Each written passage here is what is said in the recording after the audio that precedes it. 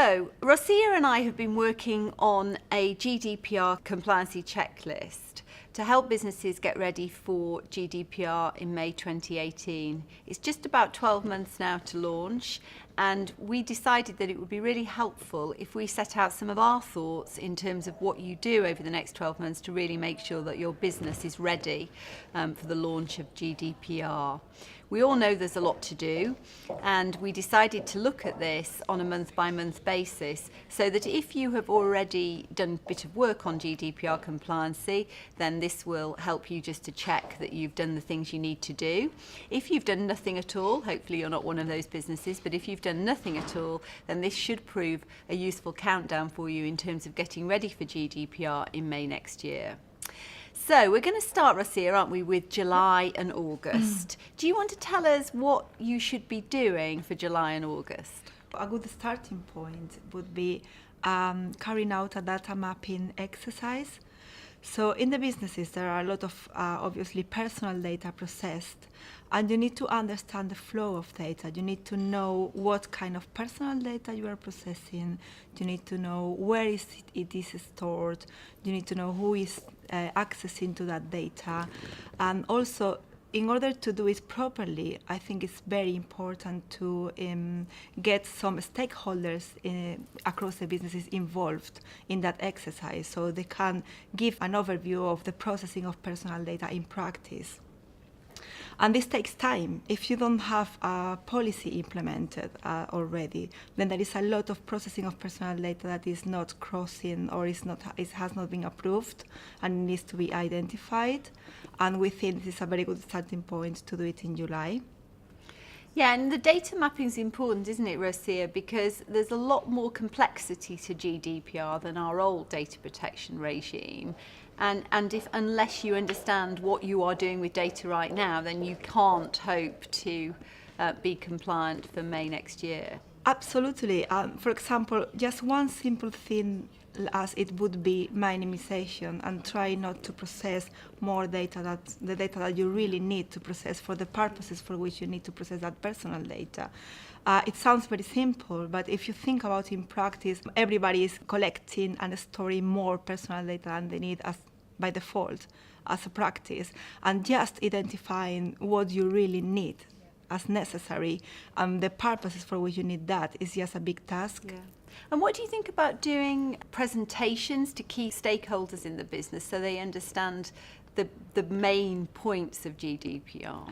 I think that that's a very, very good practice to do because not only in terms of awareness, but because, like I said, when you talk to them and you get them involved, they get a better knowledge of what they should be doing, but also they give you a lot of information on, with regards to how the personal data is being processed in practice, which is a very key point to assure compliance. So definitely, doing these sort of presentations to them are very helpful. And some aspects, I think, of GDPR require a lot of support from IT systems. You might say that was true of the Data Protection Act, but it seems to me that there's a huge amount that you need, where you need strong IT systems to be able to be compliant. So I think undertaking an IT audit as well in the context of processing of personal data is really helpful exercise as well. Do you agree?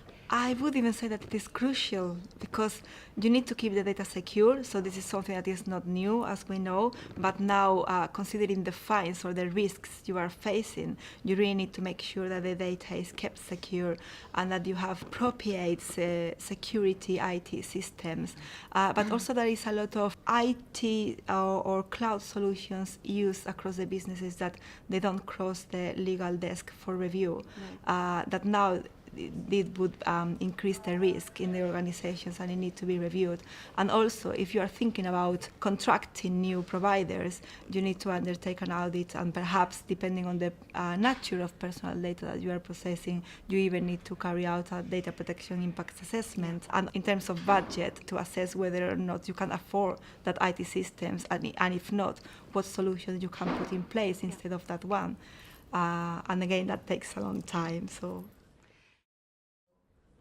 And then just moving on now to August, Rosia. More mapping, is that what we need really in August, a continuation of the mapping? Yes, I think that if you are if you have the ambition to do the whole or build up the whole exercise in 1 month, in practice we are seeing that this is not the reality, so you really need time. So I think that it is a good starting point, just identifying what data do you use and who access. But then, once you've got that, you need to identify the purposes for which you need to use that data, if or whether or not you're going to use that data for additional purposes, in order to assess what conditions or legal conditions you can rely on in order to process that data. So it's time to review what conditions you are relying on now, and it's time to put that together with Article 6 and Article 9 of the GDPR to make sure that you still can process that data on a legal basis. And just moving on, in August you should really be just doing some due diligence around some of your commercial contracts as well, I think, shouldn't you? So that you are starting to understand the landscape in terms of data processes that are engaged by the business. Do you want to talk a little bit more about that in terms of what needs to be done to fulfill obligations around that? Yes, sure. In terms of contracts, it is very important, and there are a lot of changes now that they need to be considered, and also they need to be renegotiated with your data processors or the data processors that are used by the businesses. And there are a lot of obligations placed on processors now, but also that doesn't mean that the controller is not going to be responsible for the processing or for engaging a processor. So there are a lot of requirements stated in Article 28 of the GDPR with regards to contracts if you are engaging a data processor. And the first of it is that you need to make sure that the data processor comply with all the requirements in the GDPR, but also there is a lot of clauses that you need to include as a mandatory thing because it is stated in Article 28. This is implying or is causing a lot of changes in the way that you negotiate contracts with processors. So, and if you don't have them in place by May 2018, then again, this would be a breach of the GDPR. Yeah.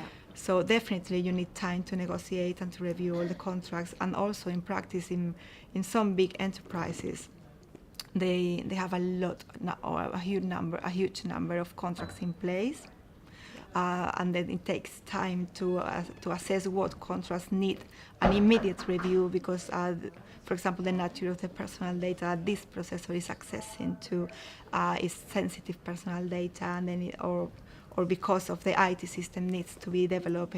Or the other aspect, the other thing you need to be starting to look at in August is a review of your commercial contracts, because where you have commercial contracts under which you've appointed a data processor, then there are requirements under GDPR to ensure that those contracts comply with certain stipulated conditions.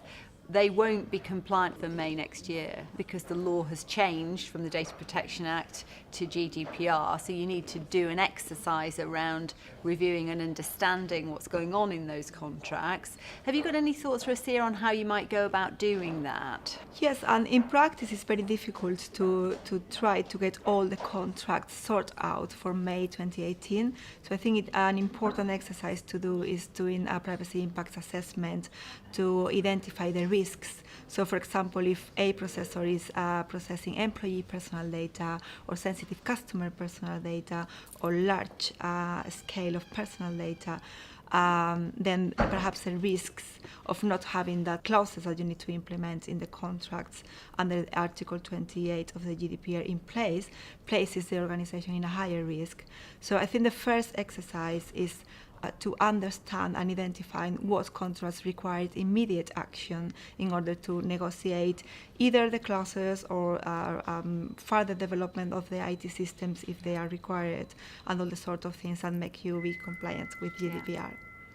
So I think what we're saying on that is you need to be doing something. So I think if you did nothing at all and didn't even make an attempt to make sure that your commercial contracts were compliant, then the ICO regulator may take a dim view of that. But I think there is an acceptance that it's very unlikely that every single contract that a business has will be compliant with this provision by May 2018. So it's a bit about taking a proportional and risk-based approach, doing what you can do, as you say, doing a privacy impact assessment, identifying high-risk areas and trying to plug those gaps.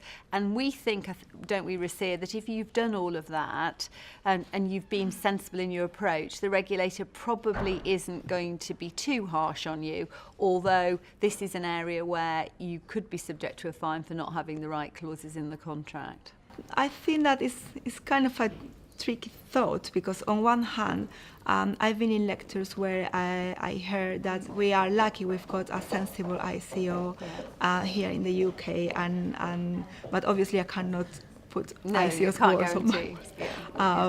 But yes, I think it makes all the sense to think that if you do all that you can, you keep records of all the decisions you take, and again, you are doing a risk assessment, you are focusing on protecting the privacy of the individuals in those agreements or contracts where the risk is higher, and you comply with all the requirements if a privacy impact assessment is mandatory, and if there is still a risk, you need to have a consultation with the ICO for that particular risk. Yes. So I think if you do all of these steps, obviously I believe that the ICO would be much more sensible. Good, thank you.